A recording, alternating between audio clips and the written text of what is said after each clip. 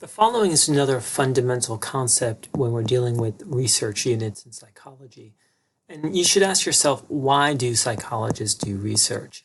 And there are two main reasons, and that is to solve practical problems. So for instance, I've given you an example here, but I'd like to give you another example as well.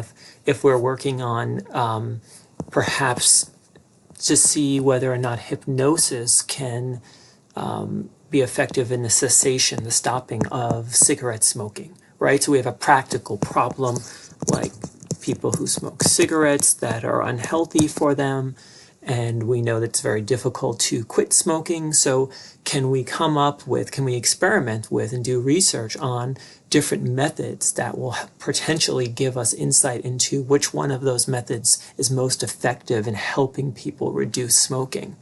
We can also look at, remember psychologists can work in the industrial world as well. What type of office configurations most increase productivity in certain businesses, right? So this is a practical problem, increasing productivity in, we can say, in firms that specialize in electrical engineering, right? So how can we do that? The other type of research is called basic research, right? So this first one was applied.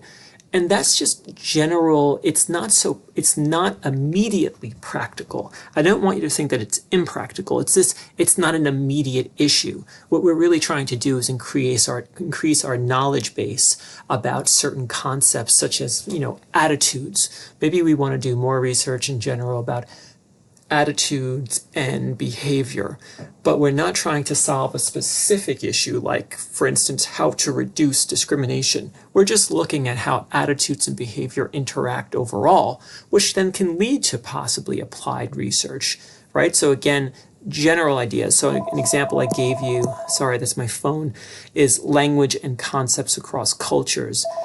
So if we wanted to study, remember when we learned about concepts and schemas, what is the relationship between concepts and schemas and language across culture? So we're trying to get some basic knowledge about how these ideas relate to each other, but we're not trying to resolve anything. There's not a problem we're trying to resolve.